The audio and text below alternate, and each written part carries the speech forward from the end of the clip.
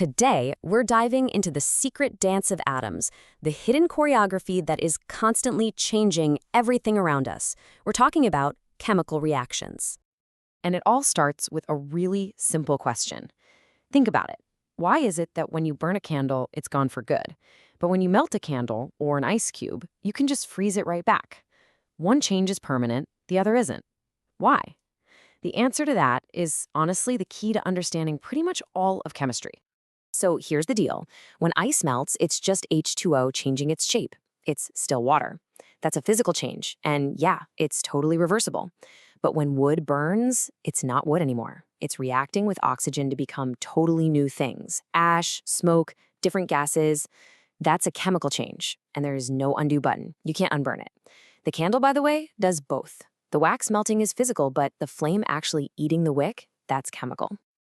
And it's that permanent, irreversible kind of change that we're going to unpack today. This stuff is happening literally everywhere, all the time, from the toast you made this morning to the way batteries power your phone. So let's pull back the curtain. The engine behind every single one of these permanent changes is something called a chemical reaction. It's the process of transformation.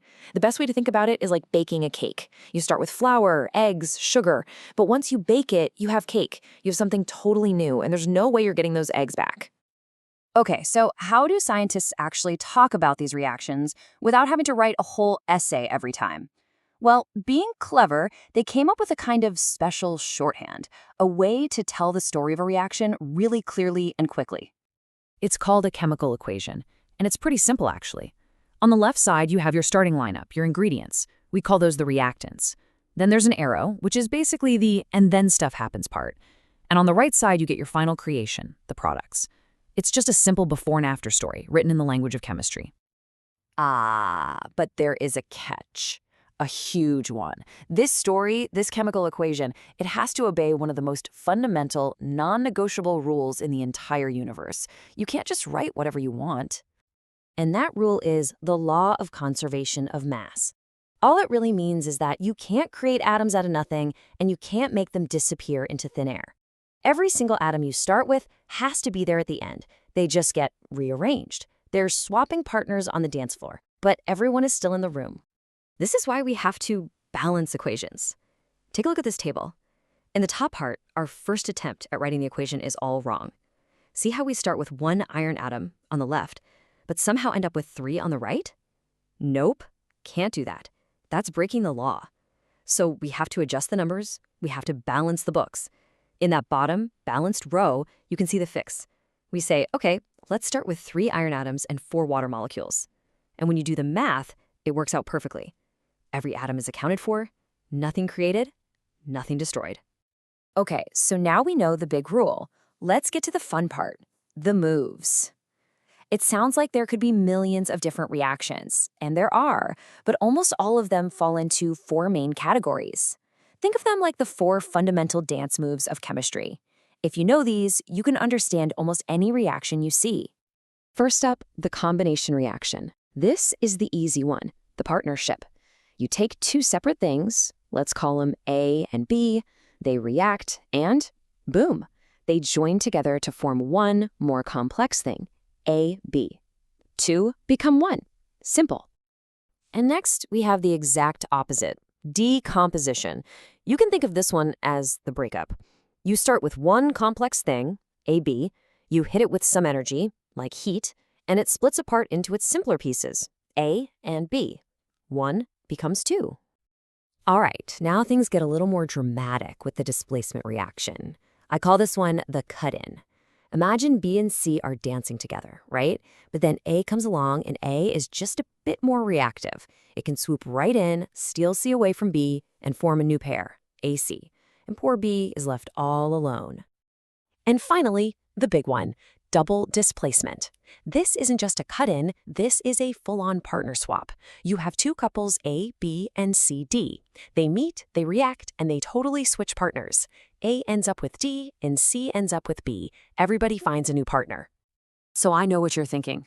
A plus B, partner swaps, what does this have to do with anything?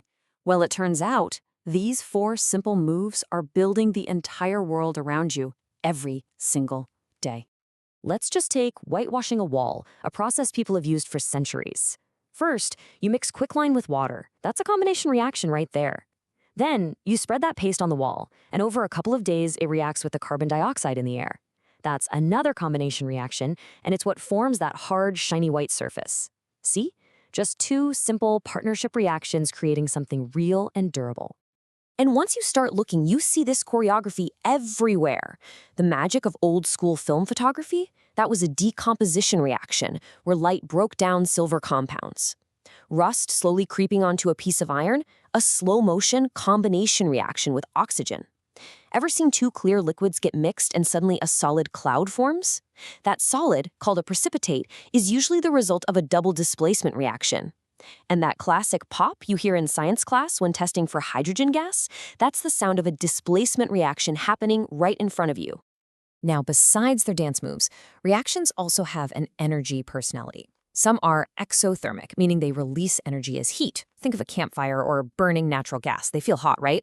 But others are endothermic, meaning they actually have to absorb energy to happen. They make their surroundings feel cold. The most famous example is photosynthesis. Plants have to literally soak up energy from sunlight to power the reaction that creates their food. So, as we start to wrap this up, let's just zoom out for a second. All these dances, all these energy changes, they're all part of this one massive constant cycle of transformation that makes up our reality. In fact, many of these reactions we've talked about fall under a huge master category called redox reactions. It's the ultimate give and take. One substance loses something, often oxygen, and that's called reduction. At the exact same time, another substance gains it. That's called oxidation. The key is they always happen together. This one principle powers batteries, causes rust, and even lets us breathe. Which brings us to, I think, the most beautiful and mind-bending takeaway from all of this. The universe isn't really making anything new. It's just endlessly shuffling the same deck of atomic cards that it's had for billions of years. The atoms that make up you, this planet, the stars, they've been here all along, just rearranging themselves in this incredible cosmic dance. And that leaves us with a final, massive question. We humans have gotten pretty good at directing this dance, creating new materials, new medicines, new technologies. So if all of existence is just a grand rearrangement of atoms, what incredible new arrangement, what amazing transformation will we figure out how to master next?